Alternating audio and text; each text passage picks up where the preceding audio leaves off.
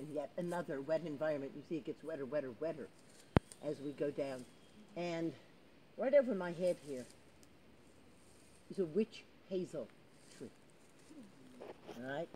You have your hand on that witch hazel tree. Now, witch hazel was one of my earliest role models in the Little Lulu comic books. In every Little Lulu comic book, she would go to visit the witch whose name was Hazel. Mm. And she was named Witch Hazel. So when I learned that there was an actual substance called witch hazel and that you could use it to put on your face to make your face feel good, I was ready for it. As a matter of fact, the people who made the witch hazel that I used when I went off to college, I wrote to my mom, I said, send more witch hazel, I'm almost out of pretty. Mm-hmm. And she sent that to them and they used it in their advertising campaign. Wow. Because they were so thrilled with that idea. Now, there's a story that goes along with the witch hazel, and as we all know, if we want to do a big and complicated thing, it is wise to have help. And it's a good idea to organize and order that help. So if we think about all of the plants being created in a 24-hour period, you're certainly going to need some help. And I don't have it down as well as they do, but the Catholics really have this down. They can tell you, you know, there's the archangels and the angels and the cherubim and you know, the whole hierarchy of how that goes. But I don't know it, but you could look it up if you wanted to. Anyhow, we're going to focus in on the angel who's in charge of trees.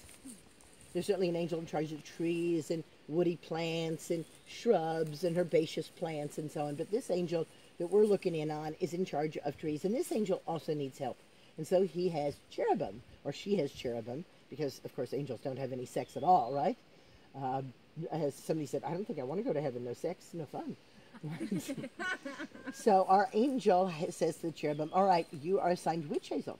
And at the end of the day, you have to come back here and show me the parts of the witch hazel. I need to see the leaf, and I need to see the flower, and I need to see the fruit. And it'd be a good idea if I could also see, like, just a schematic of what the tree looks like. So at the end of the day, our cherubim comes back, and our angel says, ah, yes, you are witch hazel. Now, do you have a leaf? Can you see the leaves? Can you see how erratic they are?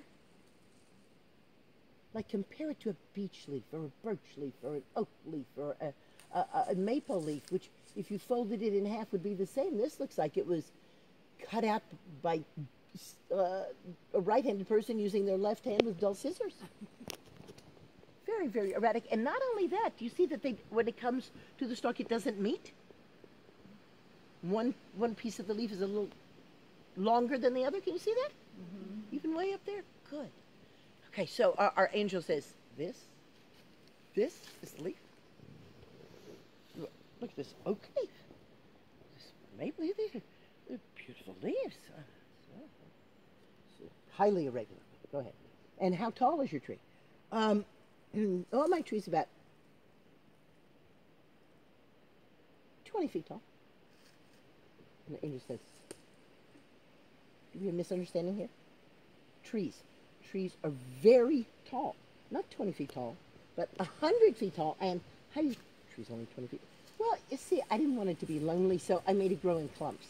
Now, you don't see the clump here because the goats have eaten the smaller ones away. But is it sprouting at the base? It is. It wants to clump. You usually find clumps of witch hazel. So what our little cherubim did was took that 150 feet and divided it up so that each of the pieces of the clump was significantly smaller than a big tree. Our angel, needless to say, is not having a good evening here. All right. Your leaf is quite irregular. I'm not happy with that. The size of the tree hardly even counts as a tree, but let's go on. Does your tree flower? Of course my tree flowers. Good, this is sounding much better. And when does your tree flower? In January. Oh, says the angel. Well, you know, perhaps there's something that you as a cherubim and I as an angel don't quite get, but flowers, those flowers and plants, they're actually about sex. And insects are very important. And so your tree flowering in January, well, if you need to be insects, it's okay. I have a friend in insect, and I got my friend in insect to make sure there was an insect that hatched in January to pollinate my fruit. All right, says the angel. All right, you have an irregular leaf. We'll go with that. You have a not tall enough tree. We'll go with that. It flowers in January. I guess we'll have to go with that. I'm afraid to ask you, does it make any fruit? Well, of course, the German. It makes a wonderful nut.